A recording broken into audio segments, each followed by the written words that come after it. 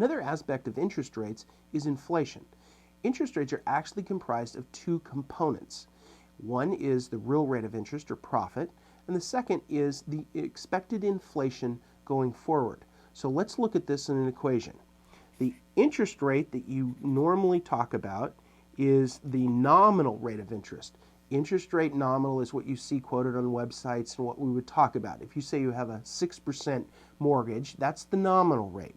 But if we break that into two components, one is the interest rate that's real. And real interest rates are the profit that the lender is getting from the borrower. So this is basically profit.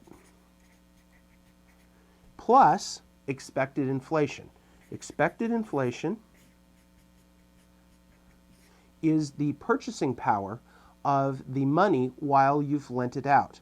For example, if you lent me $100 and I paid you back in a year and you wanted to make sure that you didn't lose any money, you would charge me a rate of interest at minimum of the rate of future expected inflation. So if you thought prices were going to go up over the next year of 5%, you would charge me no less than 5% interest.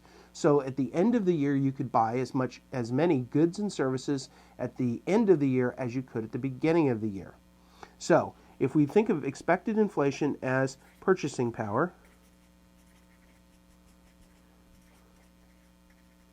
we know that whatever our future expectations over the period of the loan are is going to be our minimum rate of interest. In this case, I said 5%, which is a little high for inflation, but it'll be an example here.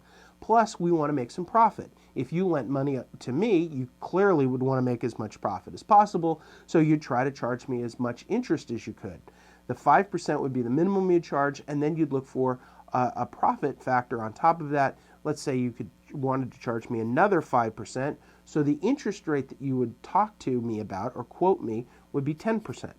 So 10% interest would be your required amount of interest for me to borrow the money, and you'd know that 5% of it you're losing in purchasing power over the term of the loan, and then 5% would be actually your real return or profit on the loan. So as you can see, interest rates have two components, one of which is very significant, and that's expected inflation. If you expect inflation not to be 5%, but at 10%, then the rate of interest you would charge me is 15%. So as you see, inflation expectations going forward has a direct impact on everyone's interest rate, because it doesn't matter whether you want to charge them a profit or not. Expected inflation sets a minimum standard for interest rates.